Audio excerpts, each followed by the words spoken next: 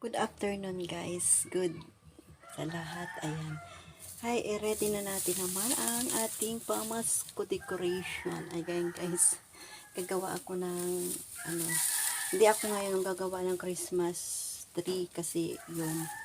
Dito lang tayo. Simple lang natin kasi alam mo na marami tayong mga usapin ngayon about sa nangyayari sa ating mundo. Kaya welcome na natin si Lord sa ating mga buhay dyan. Shout out dyan sa mga taga Cebu, sa mga maawa tayo sa kanila kasi tayo ay safe lang dito sa ating kinalalagyan. Pero pinapaingat pa rin tayo guys sa buong Pilipinas dahil ay alert tayong lahat sa lindol. Kaya yun, mag-ingat tayong lahat at manalangin at welcome natin si Jesus sa ating buhay, sa ating simpleng pamumuhay. Kaya maging ano lang tayo, maging humble lang tayo sa ating buhay kasi alam mo naman nandyan lang si Lord nakakita sa atin. Kaya ako, ito ay ready ko na ngayon bilang isang simpleng nanay,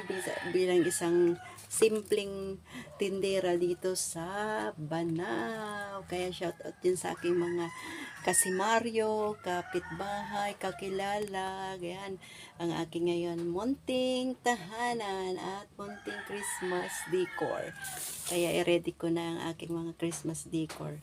Kaya hindi ko alam kung ano saan ko magandang lalagyan. Kaya ganun din ba kayo guys? Kaya shout out din sa mga star centers ko at sa mga family ko. Kaya yun guys ang aking vlog for today. Bye bye and see you. I love you all.